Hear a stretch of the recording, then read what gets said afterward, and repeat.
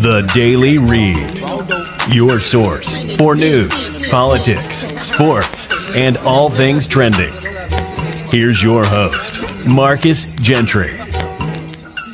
Friends, and I don't think you could listen to Malachi and not have a strong opinion one way or the other.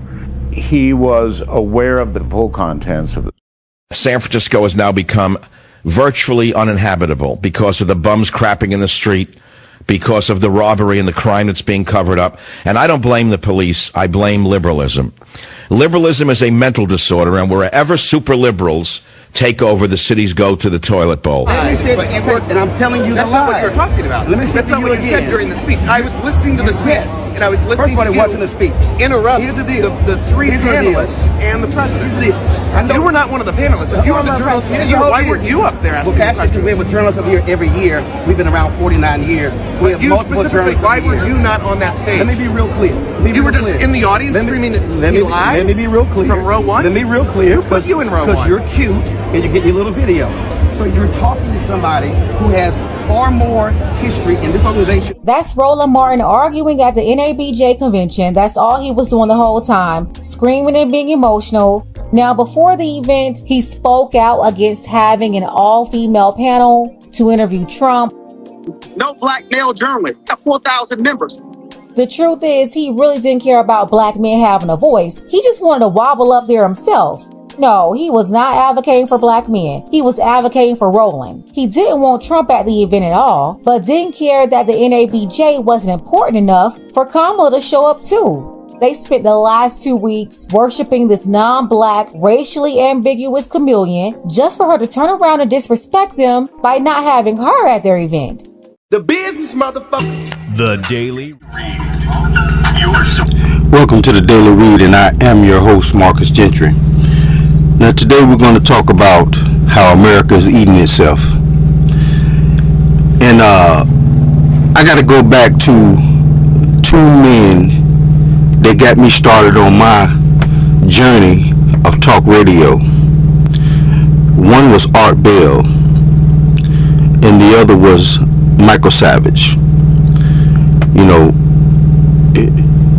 some of you might not know these names, but I advise you to look them up.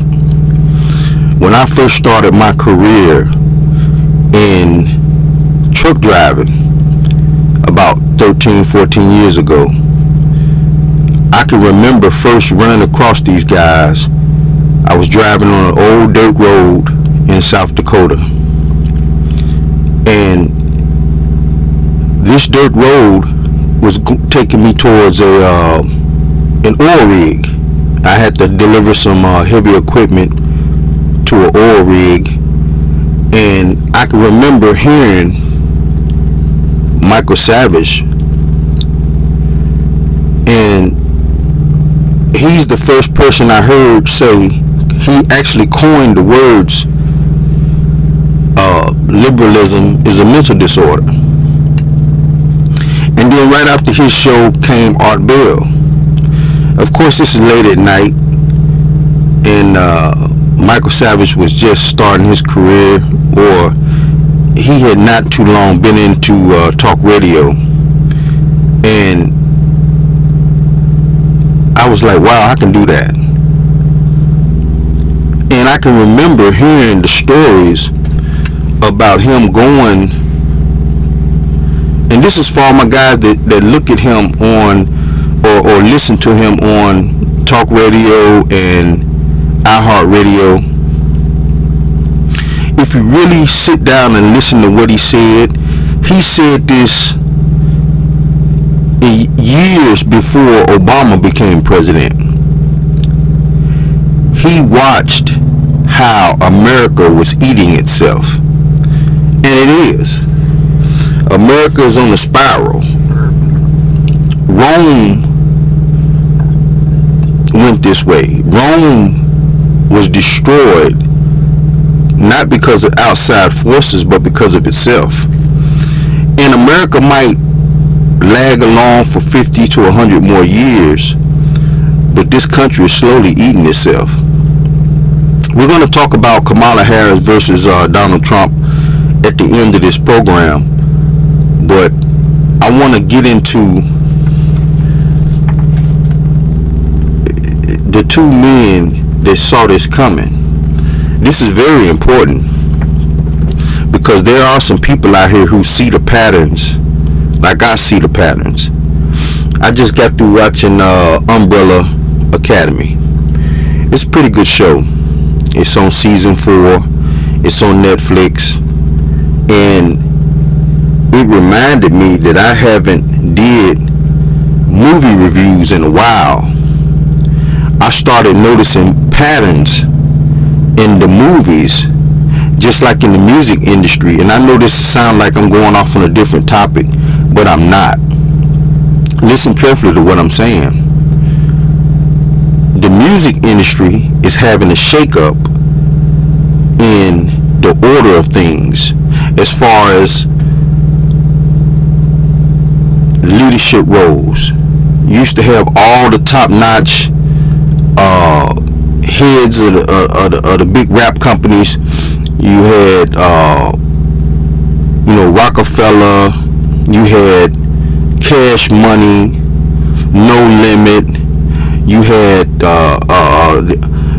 these record labels down in Texas with the whole crew down there. Death Row, Bad Boy. All of those people are gone.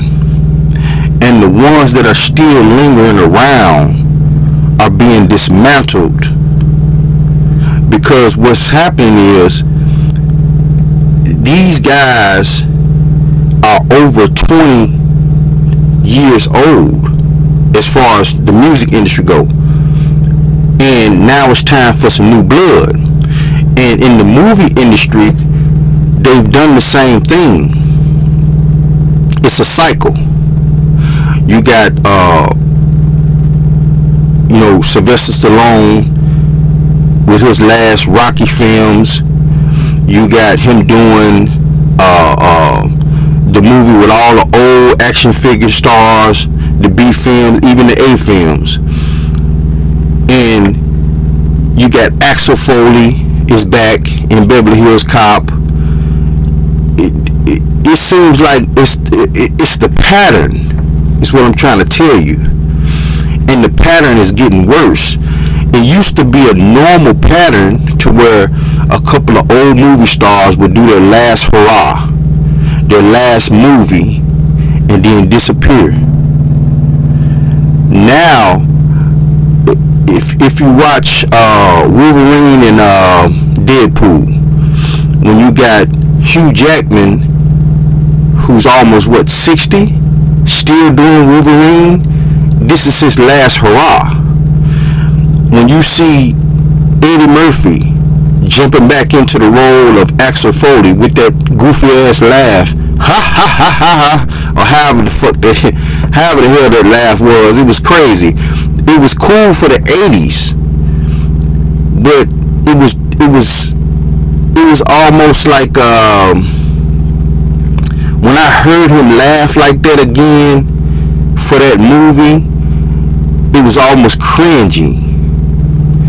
And this is what I'm saying about how America is eating itself. Usually they do their last hurrah, disappear, and it's over with. But now things have gotten so bad to where there is nobody to take over. I hope you understand what I'm trying to say. In the music industry, they're getting rid of Puff Daddy because he didn't quietly go away like everybody else did. Master P quietly went away. Baby, Cash Money quietly went away. Jay Prince is not quietly going away. Puffy is not quietly going away. So what they're doing is they're forcing, by bringing out all kinds of dirt that half of these people was involved in. Half of these people already knew what was going on, but now they're bringing up all of this dirt trying to clear him out the way. But what's next? What's next? Think about what I'm saying. And it's the same thing in politics. Everything's a cycle. Music, movies, and now we get into politics. They cleared Joe Biden out the way. Okay? They trying to bring some new blood with Kamala Harris, but Kamala Harris is not really new blood. She's not really new blood. Donald Trump is definitely not new blood. And when you clear these people out, because the choice is Kamala Harris or Donald Trump, we're in trouble, America. And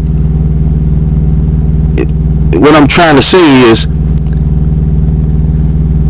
once these people get 4 more years in office, what comes next?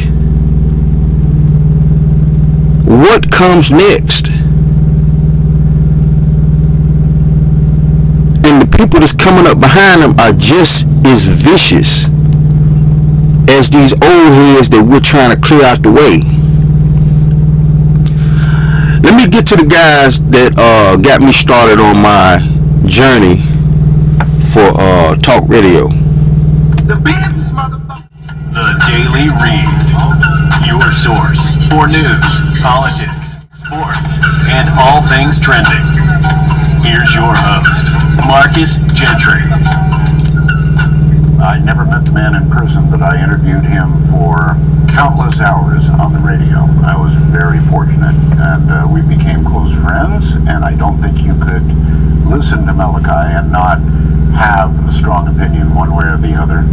He was aware of the full contents of the third secret of Fatima, and he shared some of those that I cannot share with you or anybody because I promised.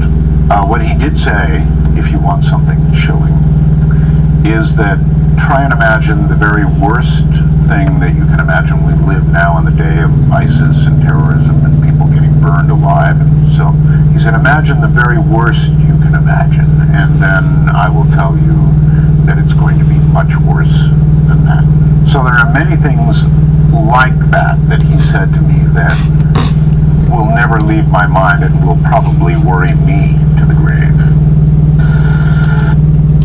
That's where we're at today. Right now, we're heading down this road too.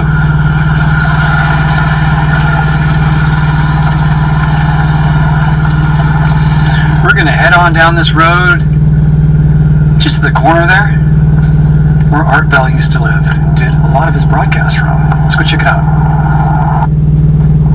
This is where a lot of those coast-to-coast shows were broadcast from. In his own studio here. As you can see, he was a ham radio operator.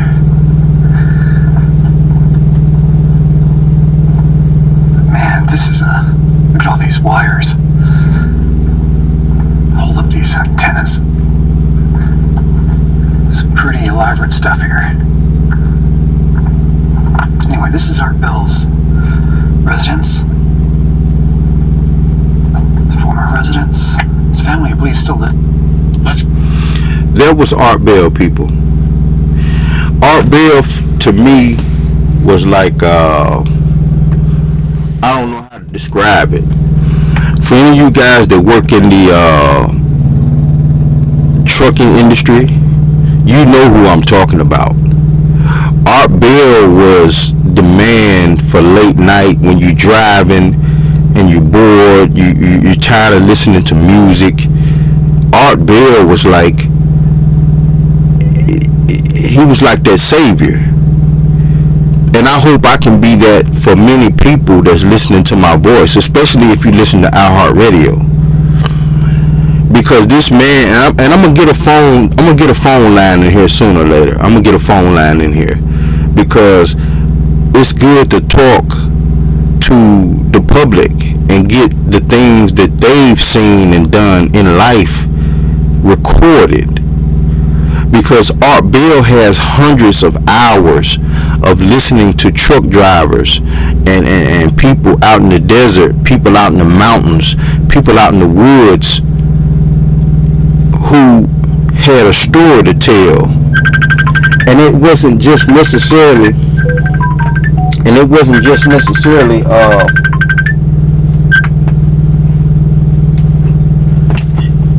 wasn't just necessarily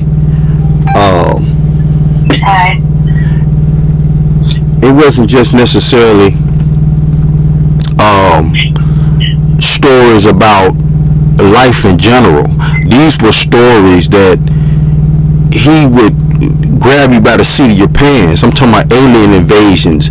He would talk about ghost stories. People heard there was creaks in the night and turn around and there wasn't nothing there. And he would let you talk. No matter how crazy the story was that you had, he would let you get it off, because he wanted you to be heard. And I appreciated that, because that kept me many a nights working late in the oil field. They kept me and the guys up. Like, we had to stay up and listen to Art Bell. Now this next guy, because it wasn't just Art Bell, it was Michael Savage also. Now Mark Levin, Rush Limbaugh, I didn't fool with those guys.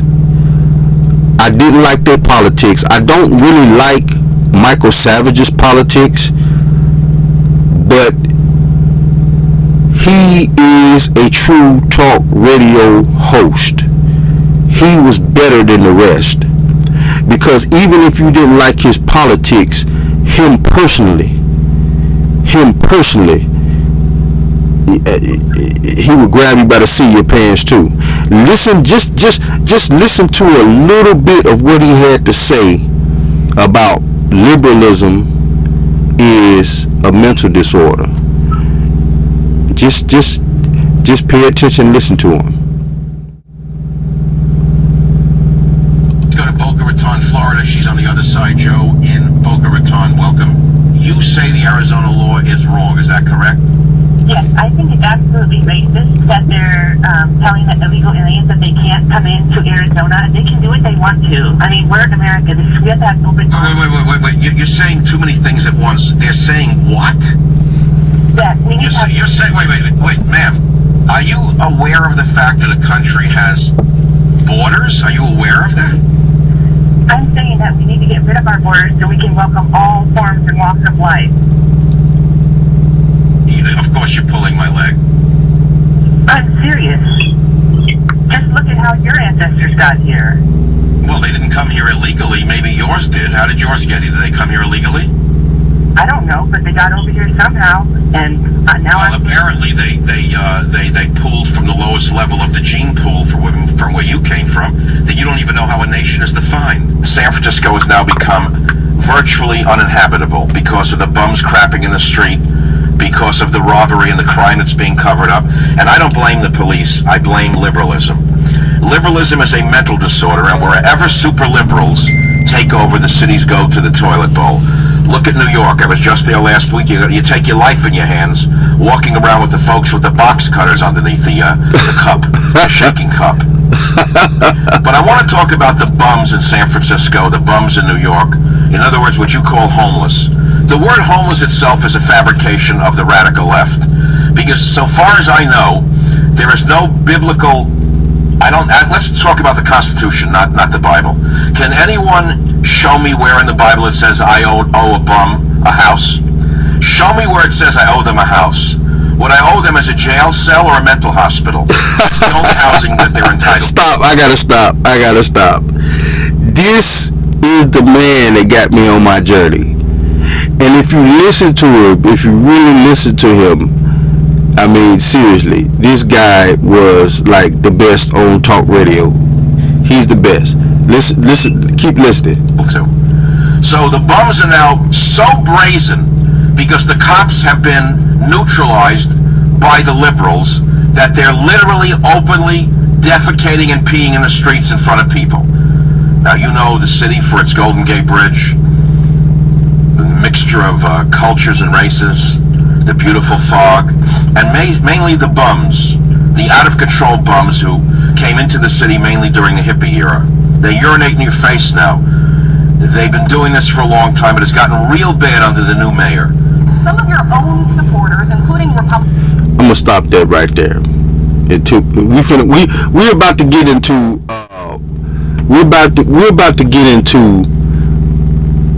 Donald Trump versus Kamala Harris, because there's another young lady, there's another person, a young lady, Pink Book Lessons. Okay. Now, the reason why I put her on here with Michael Savage and Art Bell, because there are very few talk radio shows, and she's not really on talk radio, she's on YouTube, and there's very few people that can catch my attention like that. She has a well put together show, and the phrase that she coined that caught my attention was, she'll pause and be like, wait a damn minute. I almost spit my coffee out. When I heard that, I almost spit my coffee out, because a person like this, these people are rare. People that can catch your attention and really grab you by the seat of your pants like that and have some real good content is very rare. And she sees it. When I say that Michael Savage and Art Bell, because sometimes Art Bell will get off into politics, and when I say Art Bell and Michael Savage knew 20 years ago that this was happening, when they was talking about it on talk radio 20 years ago. As far as, you know, Rush Limbaugh and the other guy, Mark Levin, I don't really like them like that. They're not cut like that. They're not cut like Michael Savage. And now you got this new female up here, Pink Book Lessons. She grabs you by the seat of your pants, and she gives it to you raw. She reminds me of a black female version of Michael Savage. And when he said he used to leave his house with his little pet poodle, Michael Savage, his kids are grown, he's an older man, and he would take a stroll through San Francisco. And I've been through San Francisco, and he said he would see the hobos and bums just everywhere, and defecating and pissing in the streets. Like, you know, you couldn't, he had a favorite Chinese restaurant that he would frequently go to, and whenever he would go to his favorite Chinese restaurant, he said, I can't even get in the door without stepping over feces and bums in the street. I mean, the guy was hilarious. He's hilarious. And it made me, whatever city I'm in, sometimes it makes me stop and just walk around and get the feel of the people in that city. Sometimes I drive through a certain city that I've never been to before, and I'll stop at a gas station or a restaurant and eat the food. And there are certain cities, and he's right, there are certain cities in this country that mostly are run by Democrats. I'm not saying Democrats are good, Republicans are bad, Republicans good, Democrats. I'm not saying that. What I'm saying is there are certain cities in this country that are ran by the Democrats, and you can feel the intense corruption around you, and not just in the black community, not just gangs, not just, you can feel that Memphis is one of them, Chicago is one of them, New York is one of them, Nashville. When I first moved there, I didn't really feel it because I wasn't actually in Nashville, I was in Murfreesboro.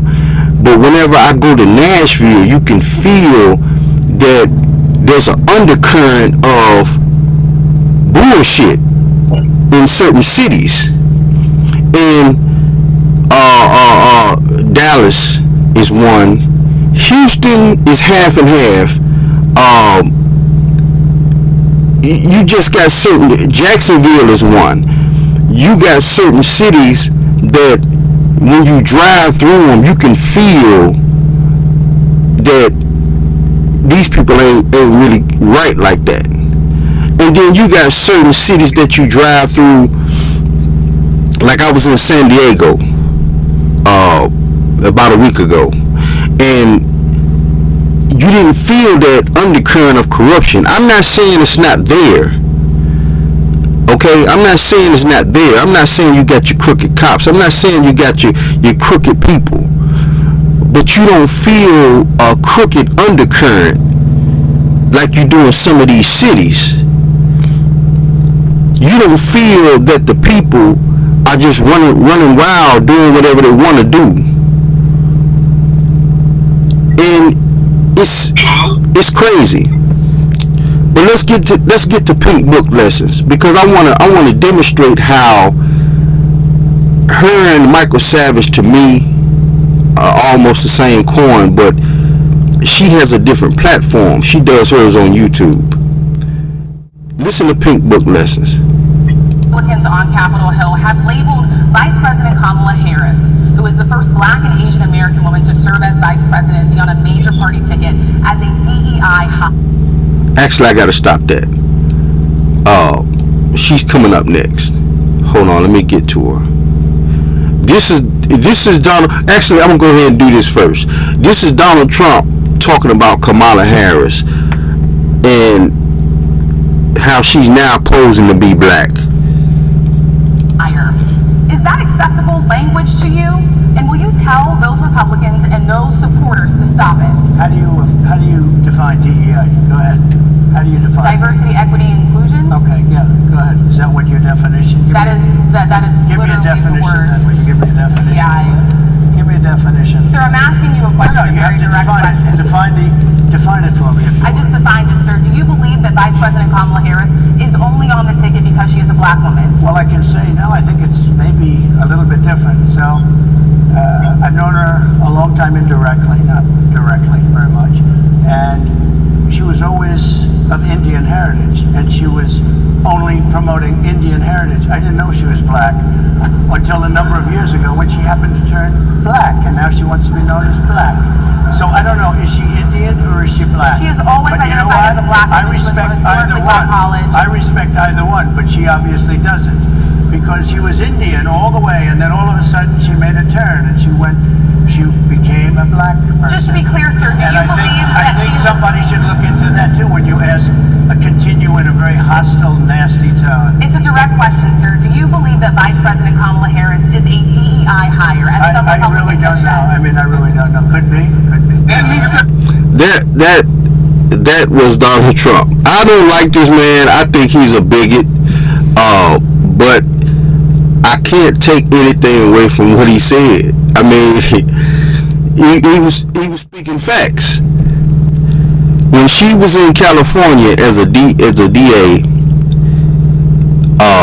she showed no mercy to black men. She incarcerated them by the thousands. And her thing was, hell, she ain't black. She don't care about that.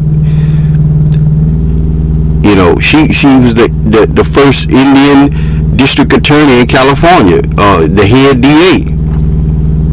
She don't give a damn about that. And you know, Donald Trump, we got a choice between two evils. We got Kamala Harris. This is Hillary Clinton 2.0. For those of you who are old enough to remember, and I'm sure damn near everybody listening to this program is old enough to remember the Donald Trump versus Hillary Clinton debacle. And same thing is happening again. Somebody is trying to push the agenda of having a first female president. And I think it's a part of being a part of the global community. And it's cool. I get it. I understand. You got first female prime minister here and first female prime minister of this country, and America is the only one of the few countries who've never had a female as the head of the country. I get it. I understand what they're trying to push, and what they're trying to say is Hillary Clinton should have beat Donald Trump. They put Hillary Clinton up against the worst candidate you can imagine, and she still lost. So now they're trying it again. This is the reason why they haven't put Donald Trump in handcuffs yet, because they put the worst candidate against the female, and if she fails to beat Donald Trump, it only goes to show how America is a shitty ass country. Already you got black people talking about them, and make no mistake about it, I'm not giving all praises to Kamala Harris. I don't like her like that, but she is the better choice between Donald Trump and her. She's the better choice. But you got people in the minority community stuck on this, she ain't black, this, I'm not voting for her just to be voting for her. You're gonna vote for a bigot? This is the same thing that happened between Hillary Clinton and Donald Trump. Same thing. They had to lower the bar on the Republican side so low in order for a woman to win the presidency. They did it with, and Donald Trump, this is one thing I can say about him. I think he knows now what America's trying to do. I think he understands that he's there and not in handcuffs because he is the worst candidate, the worst president. He's the worst. He knows this now. And they keep putting a woman up against him because they try to push that agenda of making the woman the head of everything America. He sees this. I don't know. I don't wash my hands of this. I was against Donald Trump for years. When we faced off against Hillary, when we faced off against Joe Biden, I was against this man for years. But now I really don't give a shit. I've come to the conclusion that,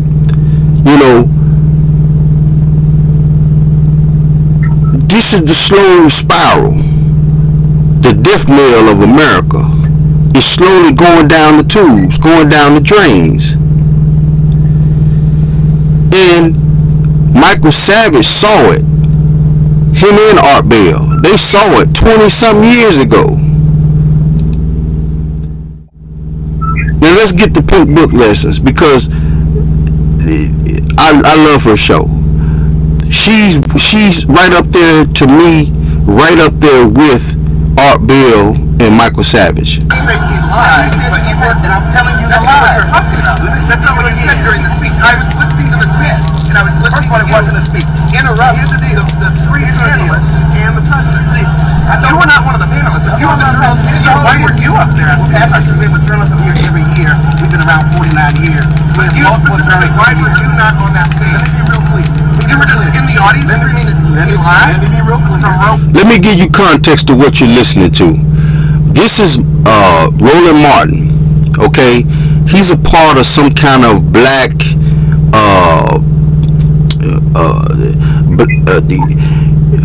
he's a part of this black coalition of interviewers,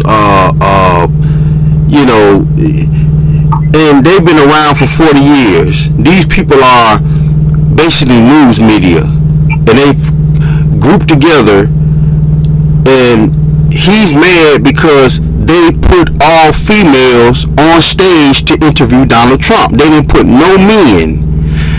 Roland Martin's mad, but I've been seeing the patterns. is what's going on. They are putting female at the head of everything in America. I don't know what this is, but it's troubling. And there's nothing wrong with a female being the boss. There's nothing wrong with a female being the president. There's nothing wrong with a female being a senator. What I'm saying is the push is wrong. The forcing is wrong. They are treading a fine line. They're treading a fine line between letting it happen naturally and pushing it and forcing it on people. Because you're cute and you get your little video. So you're talking to somebody who has far more history in this organization than you've ever been. I'm not a member. That's true. There you go. Definitely not an NABJ member. When you're not a member and you have no understanding of our history or our membership, you don't realize founders are sitting here. You don't realize that board presidents are sitting here. You can just rudely interrupt from the first row. Let me say it again. That's not what journalists do. Oh, actually, you have to wait up. You're not a journalist. Are you a journalist? I think I am. Or I'm asking real questions. Are you a journalist? I don't know who cut this man's hair, but Roland Martin has a terrible haircut. Somebody gashed him up real good on the side. What's your organization? I'm asking. No. What's your media organization? I'm independent. I'm asking you. What's your media organization? Oh, you need to be in a media organization? Well, if you're going to be a journalist, you have to be in a media entity. Oh, right. You need to be paid off by big corporate media? What's your media entity? Who do you work for? I work for me. I own my company. Oh, really? So you're an independent journalist? No. Isn't that what I just said? No, actually, this doesn't make any sense. When I see them two guys arguing, these are two guys in the media. These are two journalists. And when I see them arguing, this reminds me of Bloods and Crips, just without the violence. Everything's gangs now. They don't put gang. It's crazy. Everything is like gangs now. Democrat, Republican, journalists versus Republican journalists, female journalists versus men journalists. It's getting bad. This country is spiraling out of control. Everything going on right now happened in Rome. Look up your history. Rome had abortions. They had these abortion places where if a woman didn't want the baby, she would just shit the baby out in a hole in the ground at a bathhouse. They found hundreds of baby skulls when they excavated some places in Rome. They found hundreds of baby skulls. And the man, I was looking at a channel where the man was talking about how when the women didn't want these kids, they would go to a bathhouse and the woman would give them some kind of herb and she would squat over a hole in the ground. It was basically a sewer. And she would have the baby over the hole and let the baby drop in the hole and die. This is their version of abortion. You got the Gladiators. They got a movie coming out about gladiators. Gladiator 2. You got the Gladiators. You got football, UFC. Everything that Rome did, we are doing here in America right now.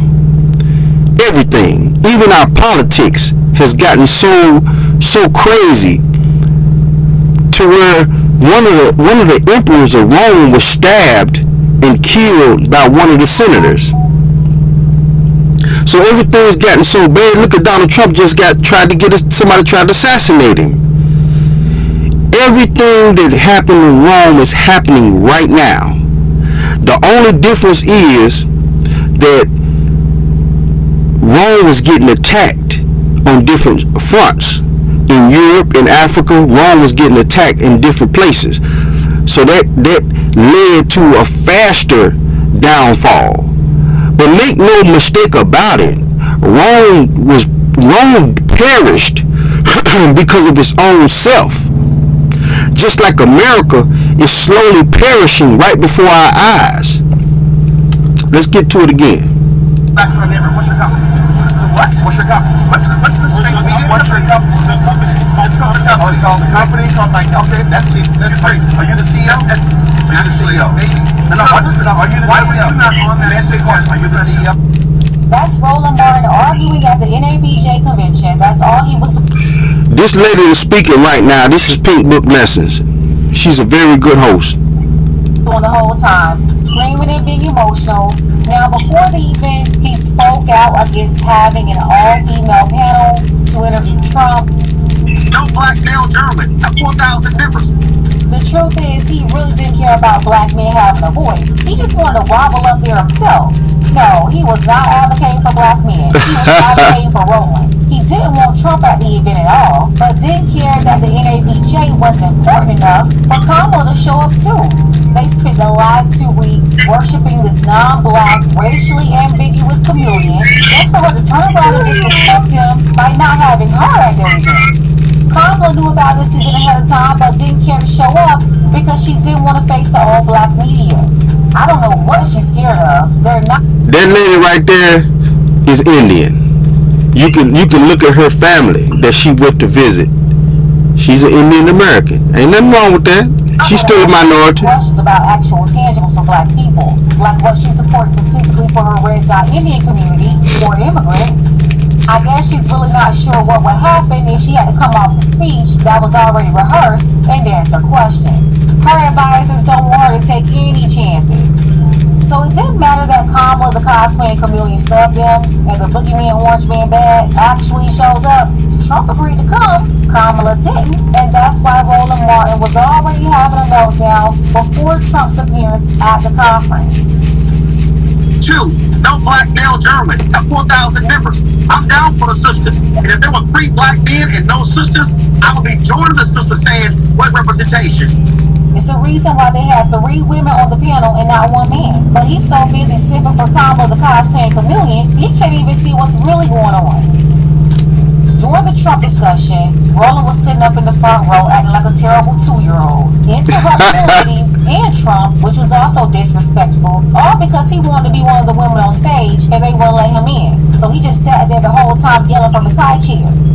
Then when it was over, he went spreading his narrative on his platform and to all of his old black media friends, saying Trump shouldn't have been invited and how they should have cut him off, basically saying the discussion should have been like a baddies reunion.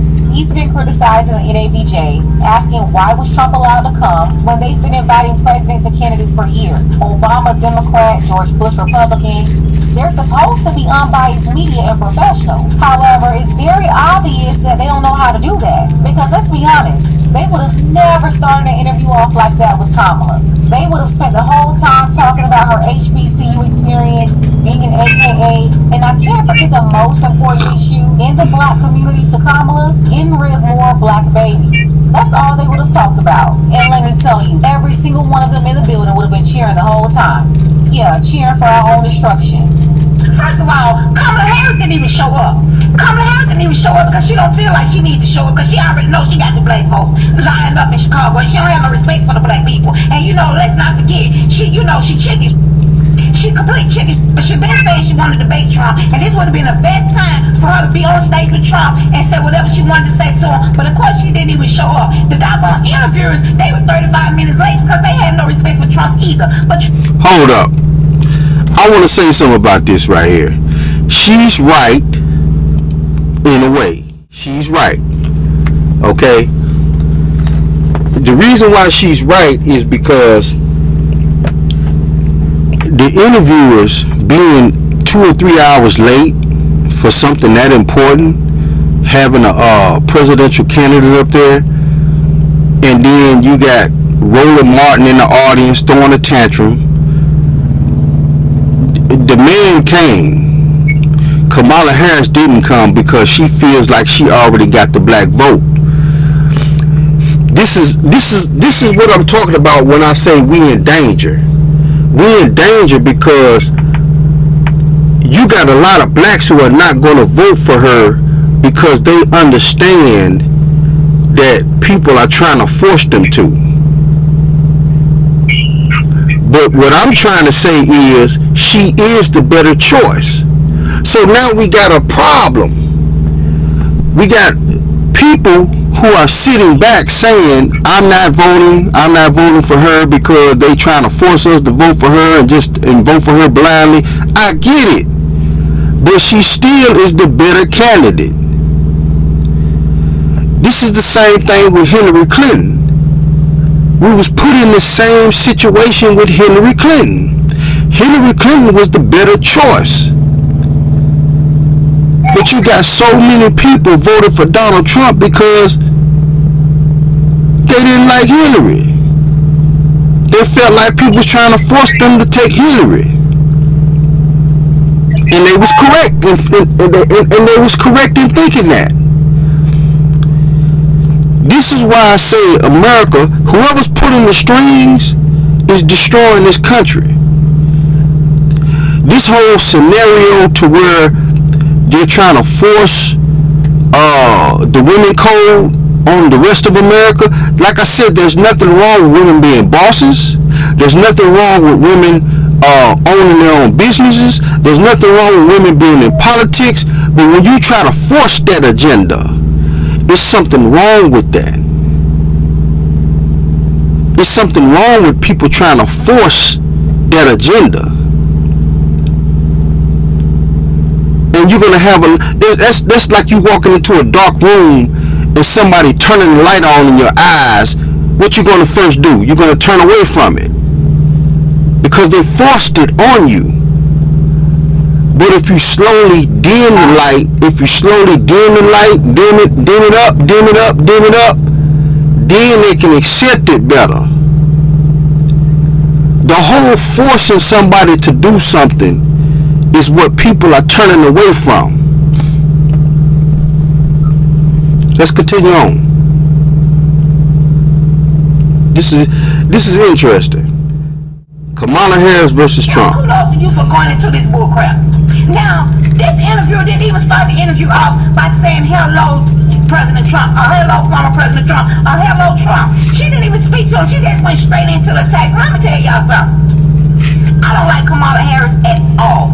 Period. Y'all know I don't like Kamala Harris, but she is the VP of the United States of America. And if I had a conversation with her, if I had an interview with her, the first thing I would do before I even started any question would say, hello, VP Harris, how you doing? That's the least respect you can give to anybody. But these disrespectful tricks, they have any respect for Trump. All they did was come out with a tag from the beginning. Tariq Nasheed off. You know why they didn't have no respect for Trump? Because they knew, being women, they can disrespect him all they wanted to, and there's very little he can do about it. This is why they did that. Very little he can do about it.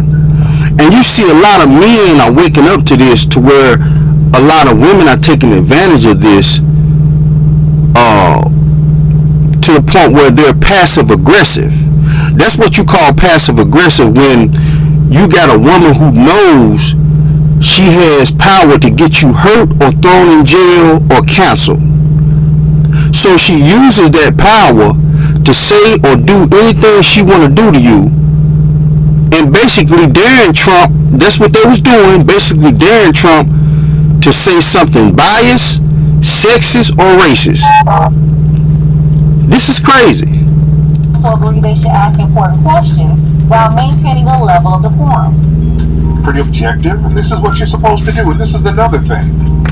When Trump went over there to speak to the NABJ, you know, a lot of people are critical of the being rude, because the thing is, there's a rule. If you invite somebody to your platform or to your house or to your forum, you're supposed to, and they accept, you're supposed to give them just the proper amount of respect for just showing up in good faith. You don't bring somebody on just to browbeat them immediately. You can ask tough questions, but you don't invite somebody to your platform and get them there and then just start browbeating them after they've accepted an invitation. You're supposed to show some kind of decorum. But that thing with NABJ, where they got the women up there asking these accusatory questions and kind of being rude and all that. And didn't they have Roland out there yelling in the audience? Roland, big old John, out there yelling like a damn woman. yelling stuff. Come on, man, that ain't. Dude, they didn't have no men up there. This is what we need. We need masculinity out there. Put the women out there, and then if Trump says anything that they don't like, oh, that's misogyny, all of that stuff. You see that? That's the same thing I just said. That's why they had those women up there. Because if he said anything wrong to these women, they can go back and accuse him of being misogynist, racist, all kinds of stuff. This is what I mean when I say they're pushing an agenda. See, I don't want us to be looking, I don't want the black community to just perpetually be feminized. Where the women gotta represent, and Trump is out here standing on manhood business. That's the optics of it. We got Trump walking in like a man, standing up like a man, and you got a big rolling jolly that's when his bouncing in the audience yelling. And there's women on stage. Come on, man. The problem with Roland is, in his mind, he thinks he should be the main person in charge to speak to and for black people. He's yelling in the audience that Trump is a liar over and over again when he had Tiffany Teflon in his face and allowed her to lie for an hour, over and over again. Tiffany Teflon, the mayor that's down there under investigation, is a female. The black women and black men that's been fighting for justice while all the crooks in Cook County and the whole state of Illinois allowed her to steal millions from black people and ruin their businesses. He didn't have that energy at all with her. At the end of the day, Roland, you don't run the NABJ. You're just a member. He's acting like it's a company and he's the owner. He's only mad because he wasn't chosen to interview Trump. He was talking as if he was standing up against it being all black women and wanting a black man in there, knowing that if a black man was selected other than him, he would still be throwing a tantrum. You would think that an organization that's always speaking on diversity, they would want a black man up there. But for Roland, this wasn't about that. It was about him. Let's go ahead and get the conversation started. Let me know what you think about this below. Now that was Pink Book Lessons. And like I said, you guys need to follow her, watch her show.